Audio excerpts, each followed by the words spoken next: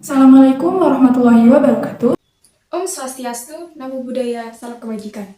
Perkenalkan, nama saya Felina C. Fitria dengan NIM 230 210 301 032.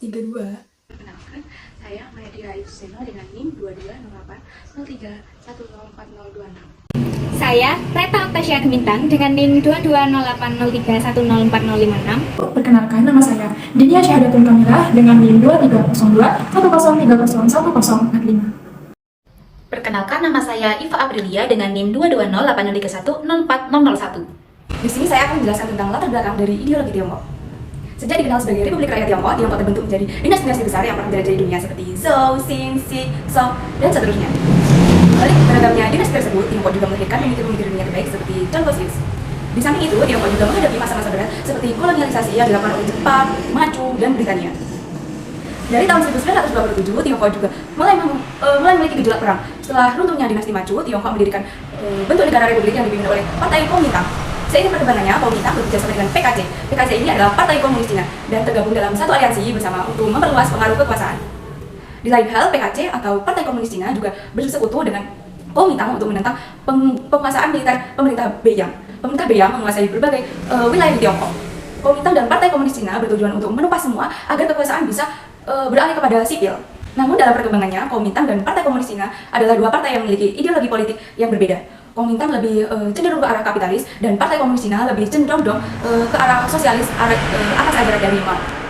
Atas perbedaan tersebut, pada 1934, Partai Komunis Cina atau PKC ini melakukan perjalanan panjang menuju wilayah Yang'an yang dikenal dengan peristiwa Long March. Long March ini membawa Mao menjadi pemimpin Partai Komunis Cina atau PKC dan sebagai revolusi terbesar pada abad ke-20, sehingga Mao berperan banyak dalam merancang strategi perang gerilya.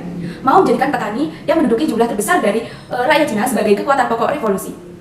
Keberhasilan Partai Komunis Cina atau PKC sebagai partai yang melahirkan Republik Rakyat Cina atau RRC dan mengalahkan KMT atau Kuomintang tidak terlepas dari gagasan perang gerilya Mao, yaitu desa mengepung kota. Gagasan ini merupakan prinsip militer untuk memenangkan medan perang yang dilakukan oleh kekuatan lemah melawan kekuatan yang lebih kuat. Mao mulai mengenal revolusi Bolshevik dan komunisme di Rusia sehingga menjadi aktif menulis jurnal. Artikel yang menjadi sorotan nasional adalah The Great Union of the Popular Mass.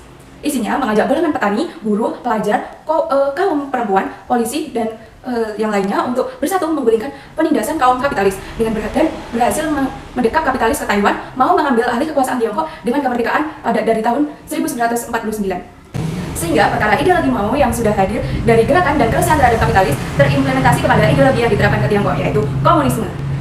Penerapan ideologi Tiongkok dalam bidang politik dapat dilihat dalam implementasi sistem Partai Komunis Tiongkok yang menjadi pilar utama dalam pemerintahan negara. Sistem politik Tiongkok didasarkan pada ideologi komunis yang dipimpin oleh Partai Komunis Tiongkok yang memiliki otoritas tertinggi. Partai ini memiliki kontrol penuh atas kebijakan politik negara dan memiliki kekuasaan mutlak dalam mengambil keputusan yang mempengaruhi rakyat Tiongkok. Dengan penerapan ideologi Tiongkok dalam bidang politik ini, negara telah berhasil mencapai berbagai pencapaian dalam pembangunan ekonomi dan kesejahteraan rakyat. Namun, di sisi lain, hal ini juga menimbulkan kritik terhadap pembatasan kebebasan individu dan kontrol pemerintah yang terlalu besar. Selanjutnya, dalam bidang hukum, ideologi Tiongkok yang dominan adalah konsep hukum sosialisme dengan karakteristik Tiongkok. Penerapan ideologi ini mencakup berbagai aspek, seperti penegakan hukum yang tegas dan adil untuk memastikan keadilan bagi semua warga negara yang tetap berdasarkan pada nilai-nilai dan hukum konstitusi negara. Kemudian, aspek pembaruan hukum yang berorientasi pada pemberdayaan sosial dan perlindungan hak asasi manusia. Penegakan hukum ini berbasis pada keadilan dan kesejahteraan sosial. Aspek selanjutnya yakni peningkatan kualitas dan profesionalisme tenaga hukum, serta aspek penerapan hukum yang berlandaskan pada budaya dan tradisi masyarakat Tiongkok yang tetap memperhatikan nilai-nilai etika dan moralitas dalam menjalankan sistem hukum. Dengan penerapan ideologi Tiongkok dalam bidang hukum, diharapkan terwujudnya sistem hukum yang adil, transparan, dan berorientasi pada kesejahteraan sosial bagi semua warga negara. Tiongkok merupakan negara yang menurut ideologi komunis dan secara resmi merupakan ateis. Tetapi Tiongkok mengklaim agama yakni Buddha, Katolik, Taoisme, Islam, dan Protestan. Meskipun konstitusi Tiongkok mengizinkan kepercayaan agama, penganut di semua organisasi keagamaan dari yang disetujui negara hingga kelompok bawah tanah dan terlarang, menghadapi penganiayaan, penindasan, dan tekanan yang semakin intensif untuk mematuhi ideologi Partai Komunis Cina atau PKC. Pasal 36 Konstitusi Tiongkok mengatakan bahwa warga negara menikmati kebebasan beragama. Ini melarang diskriminasi berdasarkan agama dan melarang organisasi negara, organisasi publik, atau individu memaksa warga negara untuk percaya atau tidak pada keyakinan tertentu. Dewan Negara, otoritas administratif, pemerintah mengesahkan peraturan tentang urusan agama yang mulai berlaku pada Februari 2018. Penerapan ideologi komunis di Tiongkok dalam bidang sosial budaya memiliki sejarah panjang dan kompleks, dengan berbagai perubahan dan perkembangan selama bertahun-tahun. Pada masa revolusi komunis tahun 1949 sampai 1976 terjadi penindasan tradisi dan agama. Promosi nilai-nilai komunis seperti kolektivisme, kesetaraan, dan kerja keras dipromosikan melalui propaganda, pendidikan, dan mobilisasi massa. Era reformasi dan keterbukaan tahun 1978 sampai sekarang, Tiongkok mengalami kebangkitan kembali budaya tradisional. Tradisi dan agama mulai diizinkan kembali, dan terjadi kebangkitan kembali minat terhadap budaya Tiongkok. Kombinasi nilai komunis dan budaya tradisional, pemerintah Tiongkok berusaha untuk menyeimbangkan nilai-nilai komunis dengan budaya tradisional, menciptakan identitas nasional yang unik. Kontrol budaya, meskipun terdapat liberalisasi, pemerintah Tiongkok masih mempertahankan kontrol yang signifikan atas media dan budaya untuk memastikan kesesuaian dengan ideologi komunis. Hal ini berdampak pada adanya perubahan sosial yang signifikan. Masyarakat Tiongkok telah mengalami perubahan sosial yang signifikan akibat penerapan ideologi komunis, termasuk perubahan struktur keluarga, peran gender, dan nilai sosial lainnya. Kemudian adanya ketegangan antara tradisi dan modernitas. Terdapat ketegangan yang berkelanjutan antara tradisi dan modernitas di Tiongkok, dengan beberapa orang yang ingin melestarikan budaya tradisional, sementara yang lain ingin merangkul modernitas. Beberapa poin yang sering disampaikan sebagai keunggulan ideologi komunis Tiongkok yaitu pada suksesnya pengentasan kemiskinan. Tiongkok telah berhasil mengangkat jutaan orang keluar dari kemiskinan dalam beberapa dekade terakhir. Hal ini dikaitkan dengan berbagai kebijakan pemerintah, termasuk program pembangunan pedesaan, investasi dalam infrastruktur, dan edukasi. Tiongkok juga mengalami pertumbuhan ekonomi yang pesat selama beberapa dekade terakhir, menjadi ekonomi terbesar kedua di dunia. Hal ini dikaitkan dengan penerapan model ekonomi pasar sosialis yang menggabungkan elemen pasar bebas dengan kontrol pemerintah. Sedangkan beberapa kekurangan yang sering dikritik terkait ideologi komunis Tiongkok dibandingkan dengan negara komunis lain yaitu adanya penekanan sentralisasi kekuasaan seperti sistem satu partai, yaitu Partai Komunis Tiongkok atau PKP yang memiliki kontrol penuh atas pemerintahan dan aspek kehidupan masyarakat.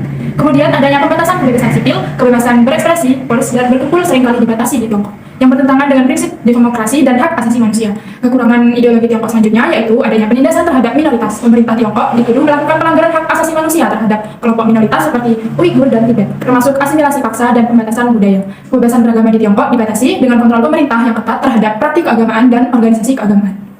Ideologi komunis yang diterapkan di Tiongkok bukanlah ideologi yang dapat langsung diimplementasikan di Indonesia. Setiap negara memiliki kondisi, budaya, dan sejarah yang berbeda, sehingga ideologi politik harus disesuaikan dengan konteksnya masing-masing.